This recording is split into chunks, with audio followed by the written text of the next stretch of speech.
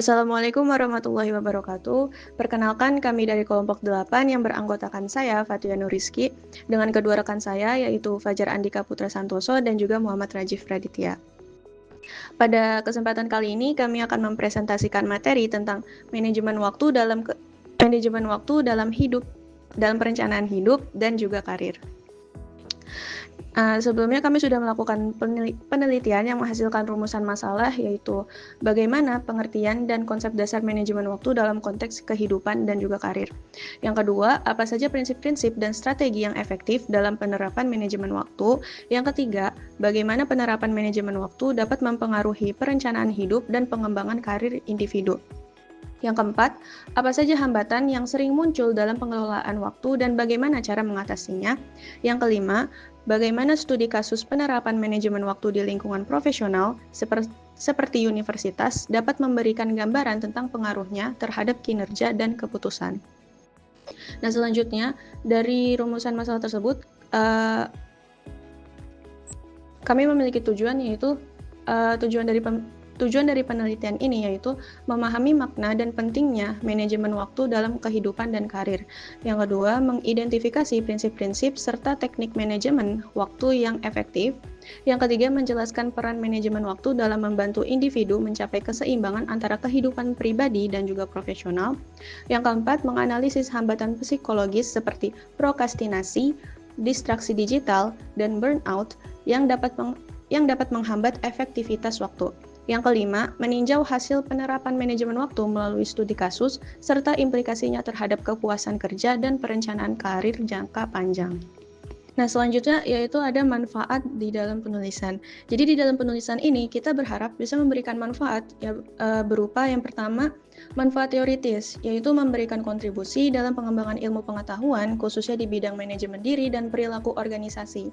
Pembahasan mengenai prinsip-prinsip teknik serta strategi manajemen waktu seperti matrix Eisenhower, teknik Pomodoro, dan metode blok waktu memperkaya pemahaman konseptual tentang bagaimana individu dapat mengelola waktu secara efektif untuk meningkatkan produktivitas, kepuasan hidup, serta efektivitas kerja. Yang kedua adalah manfaat praktis. Melalui pemahaman konsep dan teknik yang dijelaskan, pembaca diharapkan mampu mengatur prioritas dan menyusun rencana kegiatan secara efisien, menghindari kebiasaan menunda atau prokrastinasi, dan mengurangi stres akibat beban kerja berlebih, menyeimbangkan kehidupan pribadi dan profesional atau work-life balance, meningkatkan kinerja dan kepuasan kerja melalui pengelolaan waktu yang optimal, membangun disiplin serta kesadaran diri dalam pentingnya efisiensi dalam mencapai tujuan hidup dan karir. Selanjutnya adalah latar belakang dari penelitian ini. Jadi latar belakang dari penelitian ini adalah manajemen waktu itu keterampilan penting yang menentukan keberhasilan pribadi dan juga karir. Kemampuan mengatur waktu dengan baik meningkatkan produktivitas, menurunkan stres, dan menciptakan keseimbangan hidup. Jadi, manajemen waktu itu bukan sekedar gimana caranya kita mengatur jadwal aja, tapi lebih ke gimana caranya kita mengalokasikan waktu kita supaya lebih seimbang. Nah, kalau misalnya kita bisa mengalokasikan waktu kita menjadi lebih seimbang, maka otomatis pekerjaan dan juga tugas-tugas yang lainnya itu menjadi lebih efisien dan juga tingkatan stres di dalam mengerjakan tugas tersebut menjadi lebih berkurang. Nah, di dalam penelitian Bawaneh dan Takriti di tahun 2015 menunjukkan bahwa manajemen waktu berpengaruh signifikan terhadap kepuasan dan kinerja kerja di universitas swasta. Individu yang terencana lebih fokus, produktif, dan memiliki arah karir yang jelas. Nah, dari penelitian tersebut bisa kita simpulkan bahwa manajemen waktu itu bukan sekedar mengatur jadwal atau perencanaan aja, tetapi juga strategi gimana caranya kita untuk mencapai tujuan hidup kita dan juga untuk meningkatkan karir kita itu menjadi lebih seimbang dan juga lebih efektif dan juga lebih berkelanjutan.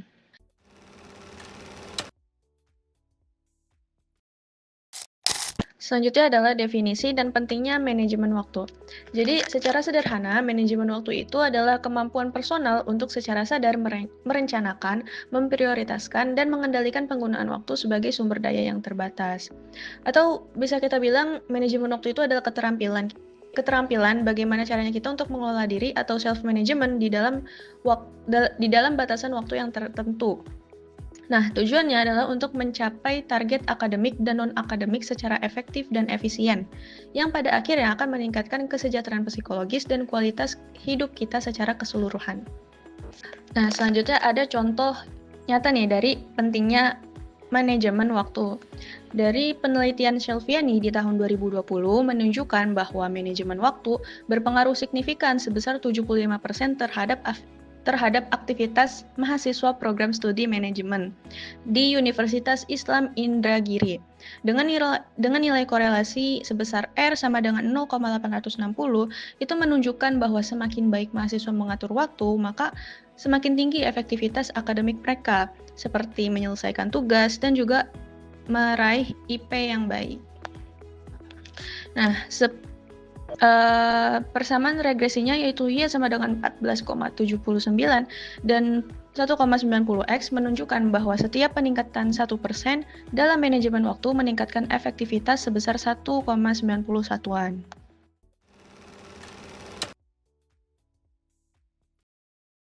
Nah, selanjutnya adalah perspektif dari manajemen waktu. Pemahaman mengenai manajemen waktu telah berevolusi seiring berjalannya waktu. Konsep ini dapat dilihat dari berbagai perspektif yang saling melengkapi, mulai dari pandangan yang mekanis dan terstruktur hingga pemahaman yang lebih humanis dan berpusat pada pengembangan diri.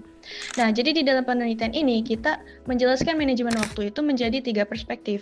Yang pertama yaitu perspektif proses dan fungsi, atau kita sebut itu the how. Nah, perspektif ini merupakan perspektif yang paling dasar atau bisa disebut juga perspektif yang klasik. Perspektif ini dia itu melihat manajemen waktu itu sebagai sumber daya yang perlu dikelola. Contohnya seperti uang dan juga tenaga kerja. Nah, caranya gimana? Caranya itu dengan menerapkan fungsi seperti planning. Yang pertama itu planning atau perencanaan, terus ada organizing atau mengorganisir, ada actuating atau menggerakkan, lalu ada controlling, yaitu mengawasi. Ya.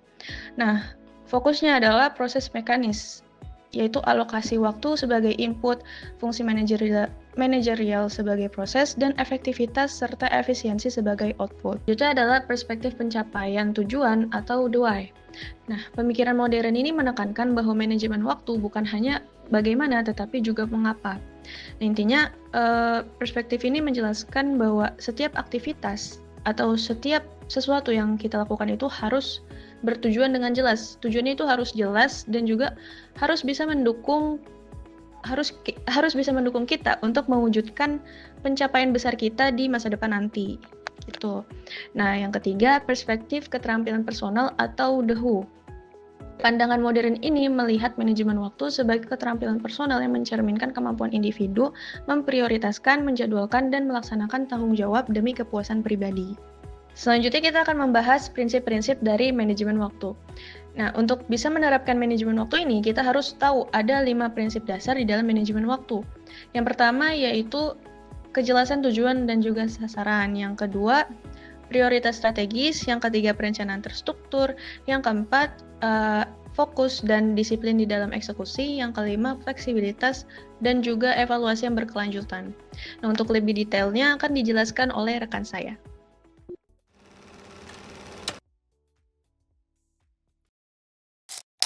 Oke, baik, terima kasih. Setelah tadi sudah jelaskan ya tentang definisi dan berbagai perspektif tentang manajemen waktu, sekarang di sini saya akan membahas prinsip-prinsip dalam manajemen waktu. Jadi prinsip-prinsip manajemen waktu ini bisa kita ibaratkan tuh sebagai sebuah kompas, bukan sebagai sebuah peta gitu. Yang artinya ia memberikan arah yang jelas tentang cara mengelola waktu, tetapi bukan sebuah aturan yang baku yang harus kita ikutin gitu. Jadi memahami prinsip-prinsip ini tuh penting ya sebelum kita masuk ke implementasinya nanti. Jadi di sini ada 5 prinsip dasar dalam manajemen waktu. Yang pertama ada kejelasan tujuan dan sasaran. Yang kedua prioritas strategis. Yang ketiga perencanaan terstruktur. Yang keempat fokus dan disiplin dalam eksekusi. Yang kelima fleksibilitas dan evaluasi berkelanjutan. Kelima prinsip ini tuh saling berkesinambungan gitu. Jika kita salah langkah di awal, misal tujuan kita tuh nggak jelas, maka seefisien apapun perencanaan dan eksekusi kita nanti, hasilnya tuh nggak akan optimal gitu. Selanjutnya, saya akan membahas prinsipnya satu persatu. Kita mulai dari prinsip yang pertama, yaitu prinsip kejelasan tujuan. Jadi, prinsip ini adalah fondasi dari segalanya ya. Misalnya nih, sebelum kita membuat sebuah to-do list, kita tuh harus tahu dulu, harus tanya ke diri kita sendiri, apa tujuan utama saya saat ini gitu. Jadi tanpa adanya tujuan yang jelas, efisiensi yang kita upayakan atau kita lakukan tuh akan menjadi sia-sia doang gitu. Nah, prinsip selanjutnya yang kedua adalah prinsip prioritas strategis. Pada prinsip ini, intinya kita tuh harus menyadari ya bahwa nggak semua tugas tuh diciptakan untuk setara. Kita tuh wajib membedakan tugas-tugas mana yang penting, yaitu yang mendukung tujuan jangka panjang kita, dan mana tugas-tugas yang mendesak, yaitu yang menuntut perhatian segera. Nah, kesalahan terbesar kita tuh biasanya adalah menghabiskan waktu pada hal yang mendesak, tetapi hal itu tuh tidak penting gitu.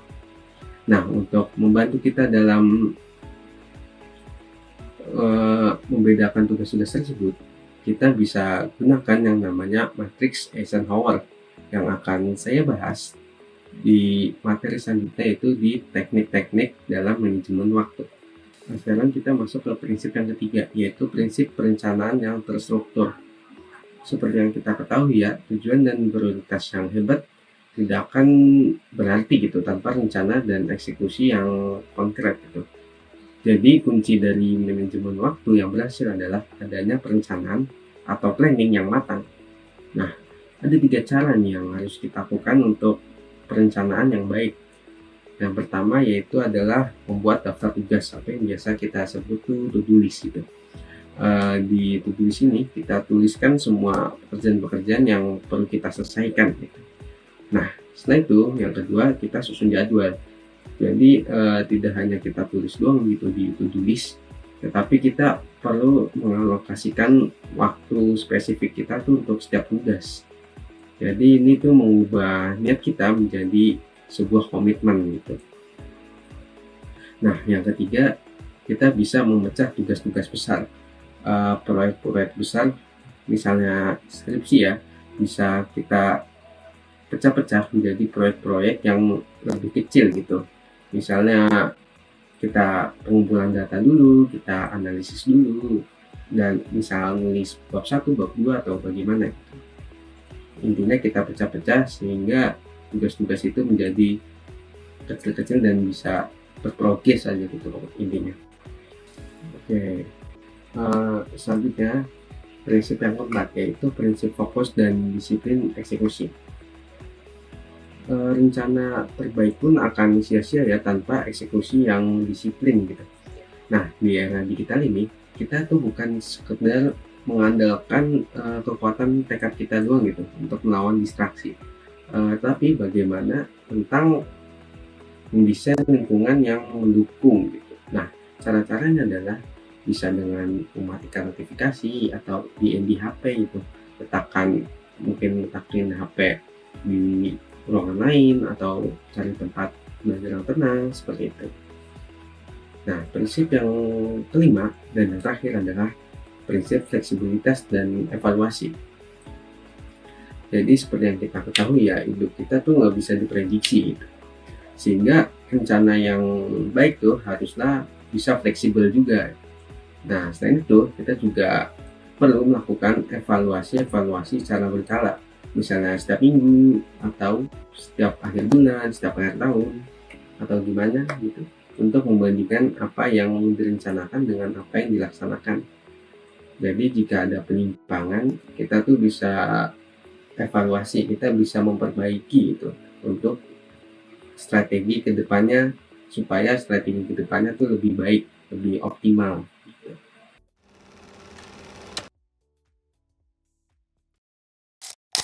Nah, sekarang kita masuk ke teknik-teknik dalam manajemen waktu. Seperti sudah saya katakan tadi, ada yang namanya teknik matriks Eisenhower.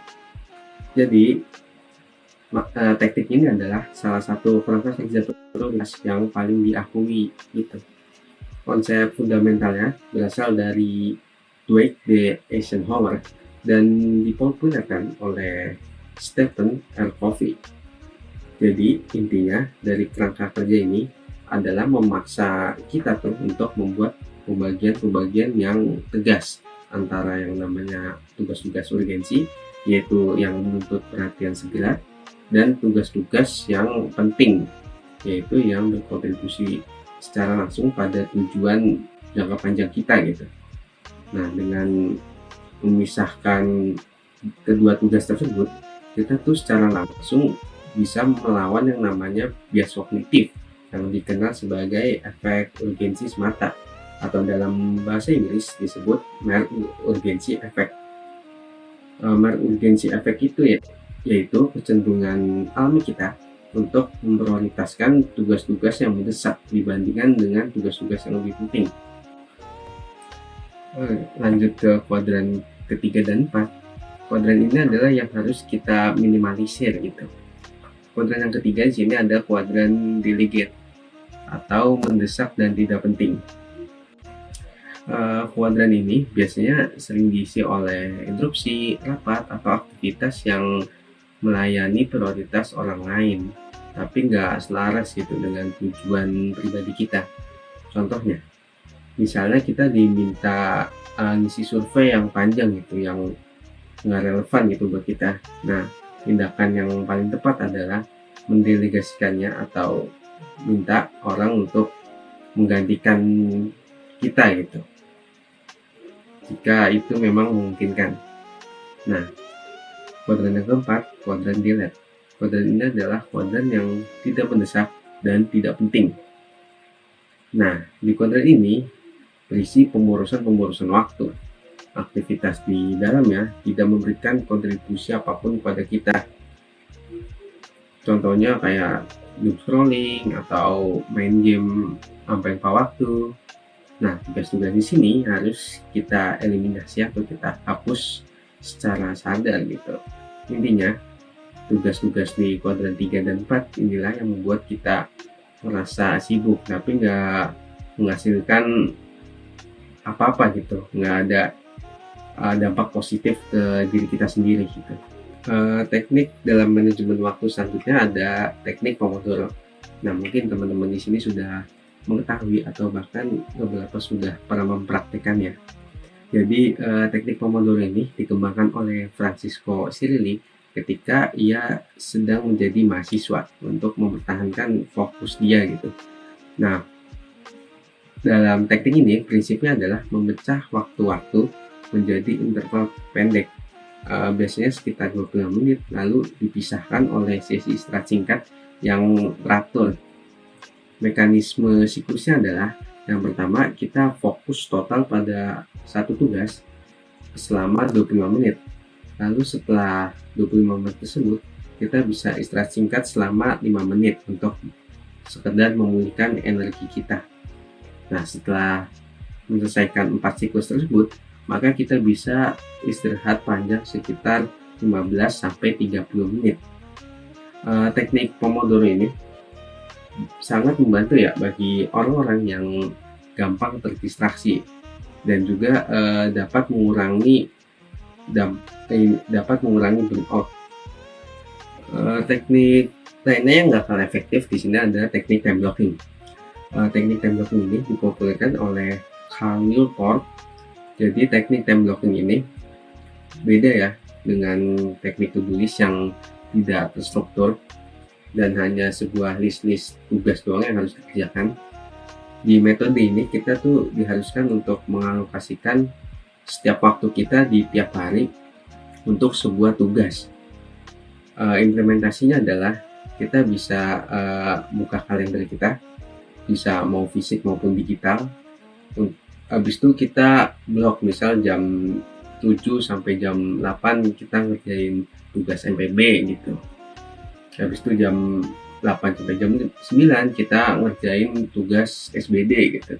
Nah, dengan jadwal-jadwal yang jelas gitu, kita kan jadi tahu, kita punya patokan gitu. Kita mau ngerjain ini jam segini, mau ngerjain ini jam segini, seperti itu. Ya, selanjutnya ada metode SMART. Jadi setiap upaya manajemen waktu yang efektif harus dimulai dengan fondasi yang kokoh, yaitu kejelasan tujuan. Seperti yang sudah saya jelaskan tadi pada prinsip-prinsip manajemen waktu, kejelasan tujuan ini kan menjadi prinsip yang paling dasar gitu, yang menjadi fondasi gitu. Nah, metode SMART di sini berguna untuk membantu kita apakah tujuan kita tuh sudah jelas atau belum. Nah, metode ini tuh diusulkan oleh George T. Doran pada tahun 1981. Metode ini tuh menyediakan kerangka kerja yang berbukti kuat untuk menetapkan tujuan yang jelas dan dapat kita tindak lanjuti. Nah, tujuan-tujuan yang baik itu harus memenuhi 5 kriteria SMART ini. Yang pertama itu adalah spesifik. Jadi tujuan-tujuan kita tuh harus jelas dan nggak ambigu gitu. Yang kedua measurable. Jadi tujuan-tujuan kita harus ada indikator kemajuan yang jelas, atau kita harus tahu nih progres kita sudah sejauh mana gitu. Nah, yang ketiga achievable. Jadi tujuan-tujuan kita tuh harus sesuai realita kemampuan kita, bukan yang memaksakan gitu, bukan yang cuman di angan-angan doang gitu. Nah, yang keempat itu relevan. Jadi tujuan-tujuan kita tuh harus selaras dengan mimpi besar kita gitu. Nah, yang kelima time bound atau terikat waktu. Jadi kita tuh harus mempunyai deadline yang jelas. Misal nih kita mau jago Python. Nah, kita buatlah deadline, semester ini saya mau belajar Python sampai bisa gitu. Nah, itu kan jadi kita punya dorongan untuk terus belajar, untuk supaya nggak nyampe deadline itu gitu. Nah, untuk materi selanjutnya dijelaskan oleh Fajar.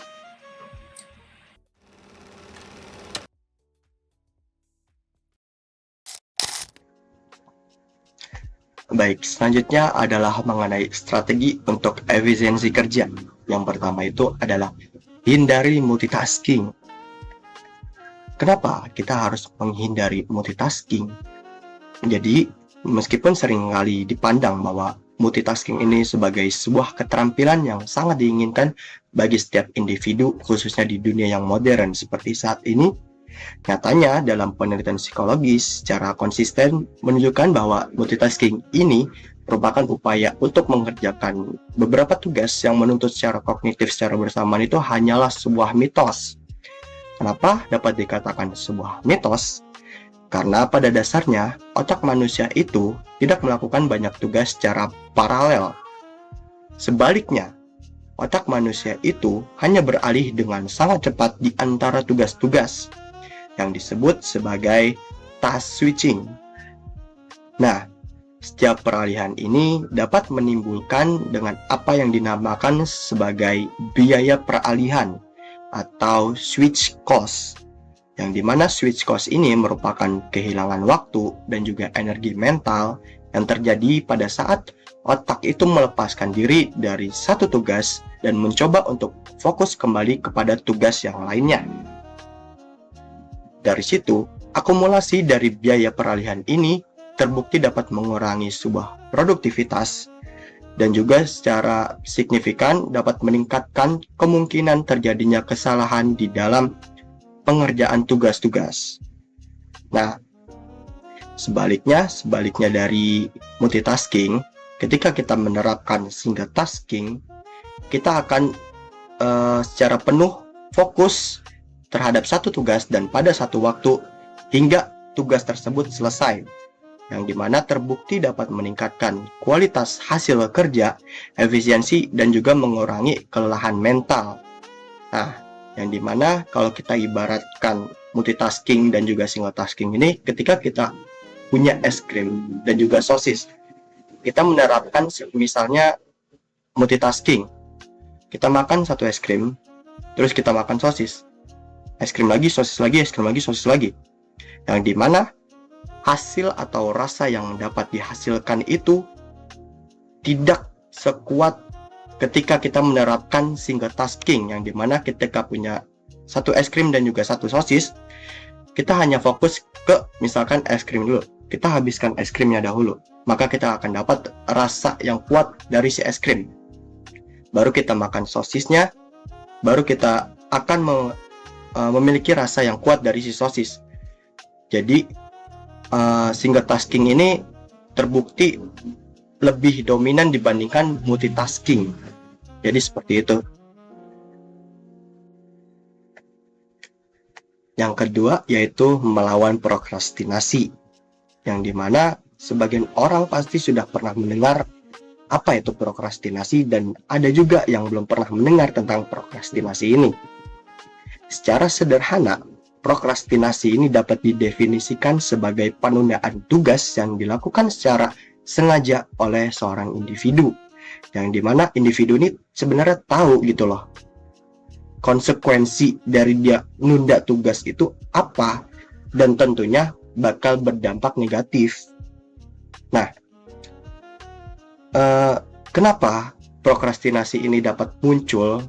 Nah, akar penyebabnya ini biasanya disebabkan oleh psikologis, yang dimana seperti ketakutan akan sebuah kegagalan, perfeksionisme yang dapat menumbuhkan diri sendiri, terus perasaan kewalahan oleh sebuah tugas yang sedang dikerjakan, atau mungkin kurang motivasi intrinsik.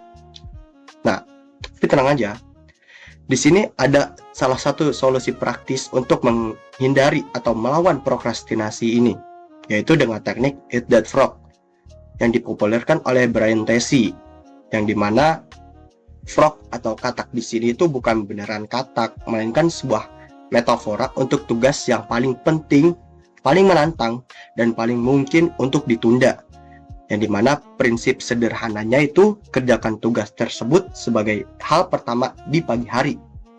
Menyelesaikan tugas tersulit terlebih dahulu tidak hanya memastikan bahwa tugas tersebut selesai, tapi juga memberikan dorongan psikologis gitu, berupa rasa pencapaian atau achievement, dan juga momentum yang membuat sisa hari terasa lebih ringan dan juga akan lebih produktif ke depannya. Jadi itu merupakan teknik Eat That Frog. Oke, selanjutnya adalah mengenai strategi mengelola distraksi dan juga mencegah burnout. Pertama-tama kita akan membahas mengenai cara mengelola distraksi digital.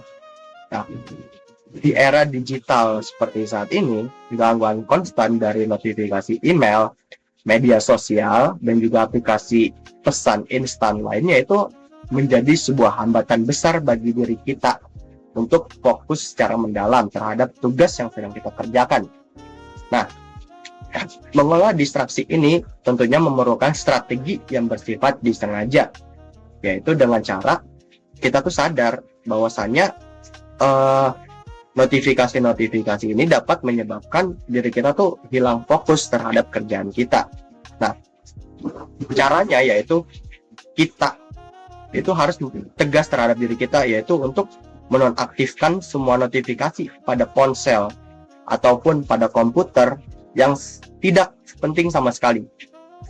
Jadi contohnya, ketika kita sedang mengerjakan sebuah tugas atau sebuah pekerjaan, lalu ada pesan masuk gitu loh, misal dari WhatsApp masuk, ada notifikasinya bunyi, terus kita balas otomatis, pasti otomatis balas pesan WhatsApp tersebut, yang mengakibatkan kita tuh akan terlena untuk membalas pesan-pesan yang masuk tersebut. Akibatnya tugas atau pekerjaan kita tuh akan tertunda penyelesaiannya, yang seharusnya dapat lebih cepat selesai.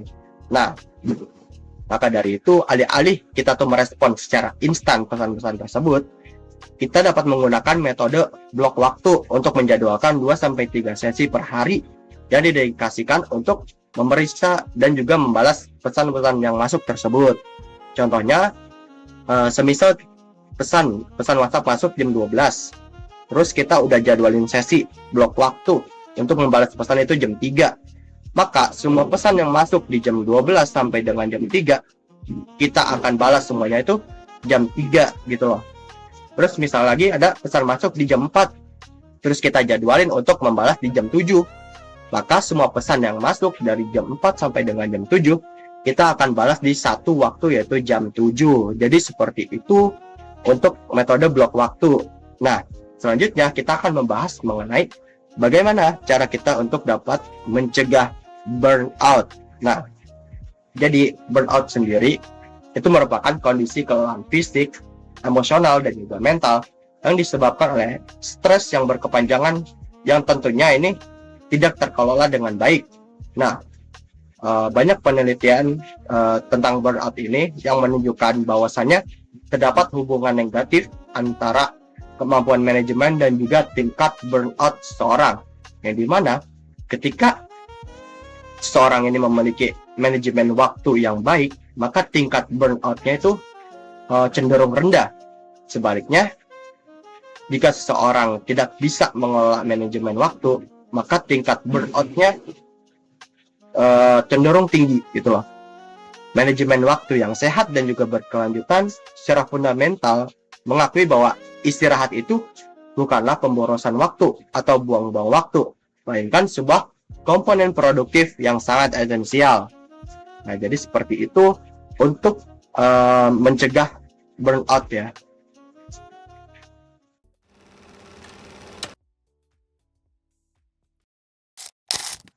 Baik, setelah kita tadi membahas mengenai strategi efisiensi waktu, terus juga cara mengelola distraksi dan juga cara mencegah burnout, sekarang kita akan masuki tentang manfaat manajemen waktu dalam kehidupan dan juga karir.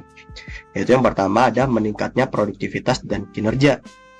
Manajemen waktu yang efektif dapat memungkinkan seseorang untuk melakukan tugas yang penting terlebih dahulu, mengalokasikan sumber daya waktu secara optimal, dan juga menghindari pemborosan waktu. Nah, dalam konteks karir, manajemen waktu ini dapat memungkinkan seorang profesional untuk menyelesaikan tugas secara tepat waktu, meningkatkan efisiensi kerja, dan juga dapat memperoleh hasil yang lebih baik. Karena mereka ini telah berhasil dalam menerapkan manajemen waktunya. Mereka dapat memisahkan antara kepentingan pribadi dan juga kepentingan kerja. Jadi distraksi-distraksi yang ada itu dapat teralihkan karena mereka sudah fokus terhadap prinsip mereka, yaitu untuk fokus terhadap satu tujuan.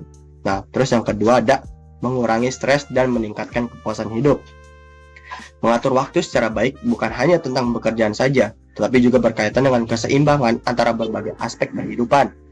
Nah, manajemen waktu ini seperti perencanaan prioritas maupun penjadwalan dapat menjadi kontrol terhadap waktu dan pada akhirnya dapat meningkatkan kepuasan hidup sendiri gitu loh. Dengan demikian, manfaat manajemen waktu dalam hidup ialah dapat mengurangi tekanan akibat tenggat atau deadline yang mendesak atau beban aktivitas yang tidak terkelola dengan baik. Nah, terus yang ketiga ada meningkatkan motivasi dan juga kemampuan pencapaian tujuan. Nah, manajemen waktu yang baik membantu individu menetapkan tujuan yang jelas pula, memecah tugas besar menjadi langkah lebih kecil, dan juga monitor progres secara konsisten gitu loh. Nah, keterampilan manajemen waktu ini berkorelasi dengan motivasi pencapaian atau achievement motivation dan peningkatan kesejahteraan serta kinerja dalam populasi pelajar gitu.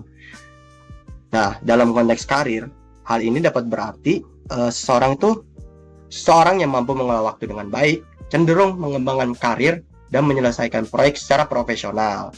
Nah, terus yang keempat yaitu mendukung keseimbangan kerja hidup atau work-life balance, yaitu salah satu aspek penting dari manajemen waktu adalah kemampuan menjaga agar komitmen pekerjaan itu tidak mengganggu waktu pribadi secara berlebih.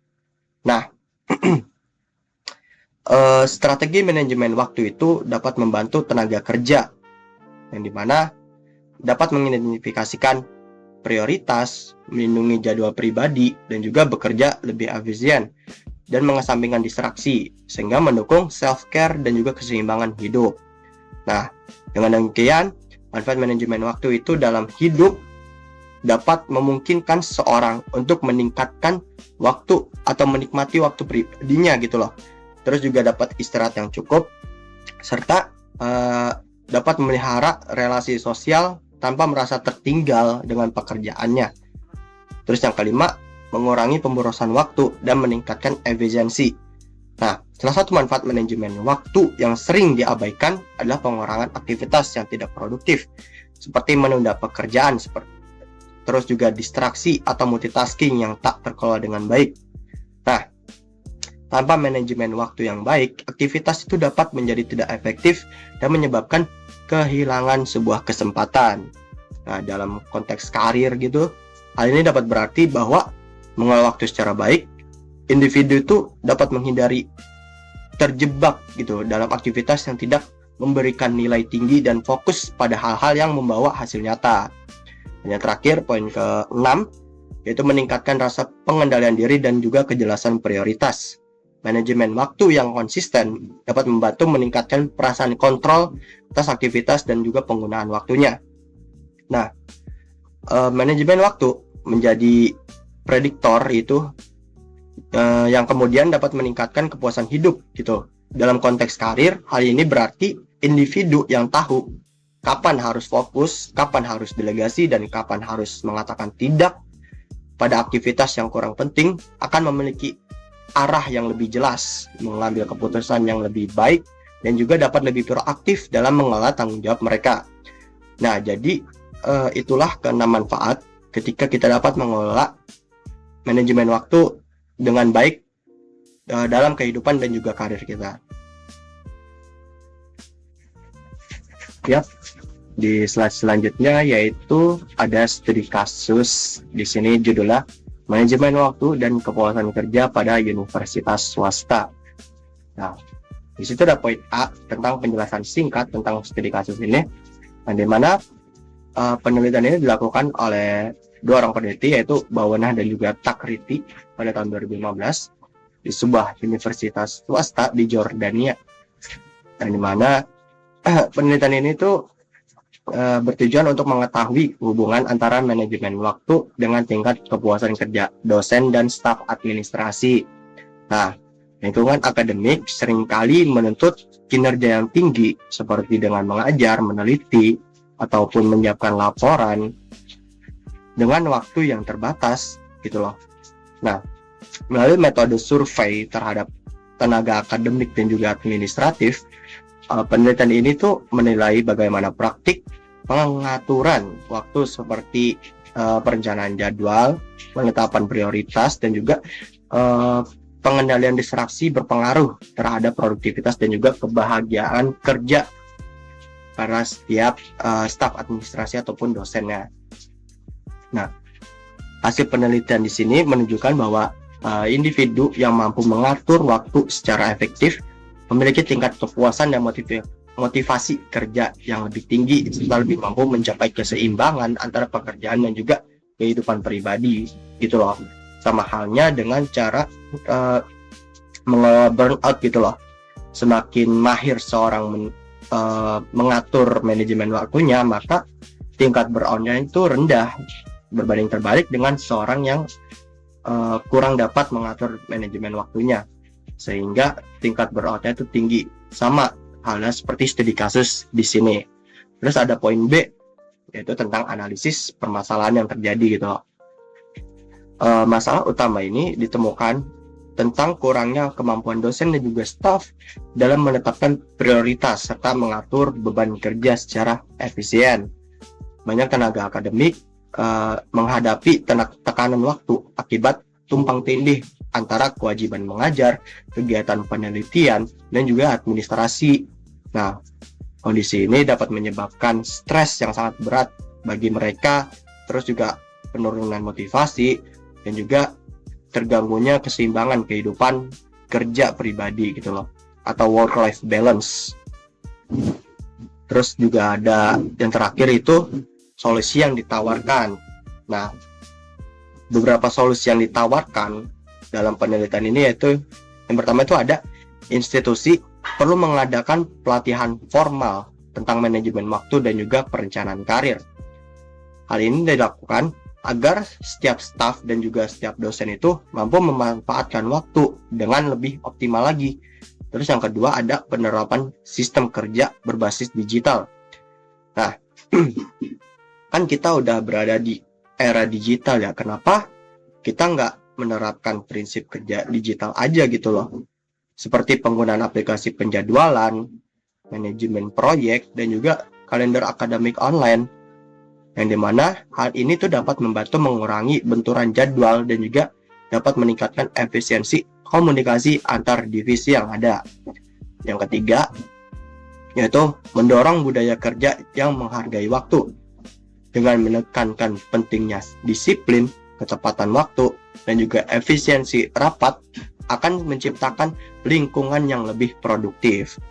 Dan yang terakhir, dukungan pemimpin universitas, yang dimana hal ini sama pentingnya gitu dalam memastikan praktik manajemen waktu menjadi bagian dari kebijakan organisasi dan bukan hanya tanggung jawab individu saja. Jadi seperti itu solusi yang dihasilkan dari penelitian ini untuk universitas swasta tersebut. Baik, selanjutnya adalah mengenai kesimpulan. Di sini ada 3. Yang pertama itu esensi, yaitu self management dan prioritas, di mana manajemen waktu itu merupakan sebuah fondasi karir yang didasarkan pada pengelolaan diri dan penentuan prioritas strategis, bukan sekedar membuat daftar kerja saja. Yang kedua, yaitu manfaat, fokus, dan keseimbangan tentang penggunaan teknik terstruktur seperti Eisenhower dan juga Pomodoro, yaitu tentunya untuk meningkatkan fokus, efisiensi, dan juga keseimbangan hidup, sekaligus mengurangi stres dan juga burnout. Yang terakhir adalah kesimpulan fondasi jangka panjang, yaitu kemampuan mengelola waktu secara efektif itu merupakan fondasi penting untuk perencanaan hidup dan keberhasilan pengembangan karir jangka panjang. Oke, selanjutnya adalah mengenai saran. Yang pertama, untuk individu, khususnya mahasiswa dan juga profesional. Yang dimana mahasiswa dan juga profesional ini dapat melatih kemampuan manajemen waktunya nih, dapat ditingkatin lagi melalui penerapan teknik sederhana seperti Pomodoro atau time blocking agar dapat meningkatkan konsentrasi dan produktivitasnya. Terus yang kedua, yaitu untuk lembaga pendidikan dan juga organisasi, yaitu perlu diadakan pelatihan rutin mengenai manajemen waktu, perencanaan karir, serta penggunaan teknologi pendukung seperti aplikasi kalender dan juga manajemen proyek digital gitu loh. Yang terakhir yaitu untuk peneliti selanjutnya, yang dimana diperlukan penelitian lanjutan mengenai hubungan antara manajemen waktu dengan faktor psikologis seperti motivasi, stres, dan juga kesejahteraan kerja di berbagai sektor dan konteks budaya yang tentunya berbeda-beda. Oke, yang terakhir ada daftar pustaka, yaitu referensi yang kita gunakan untuk membuat PowerPoint tentang manajemen waktu ini. Yang dimana di sini dapat dilihat ada dari Abdillah A tahun 2020 tentang manajemen waktu, terus ada BCJF tahun 2013 tentang manajemen waktu juga, sampai ke Meyer D. and Kiris tahun 1997 tentang multiple task gitu loh. Nah, oke, jadi seperti itu presentasi yang dapat kami sampaikan. Kurang lebihnya mohon maaf. Jika ada pertanyaan boleh langsung aja di chat di kolom komentar. Nanti insya Allah kami akan balas semua pertanyaan-pertanyaan dari kalian semua. Jadi segitu saja dari kami. Kurang lebihnya mohon maaf. Wassalamualaikum warahmatullahi wabarakatuh.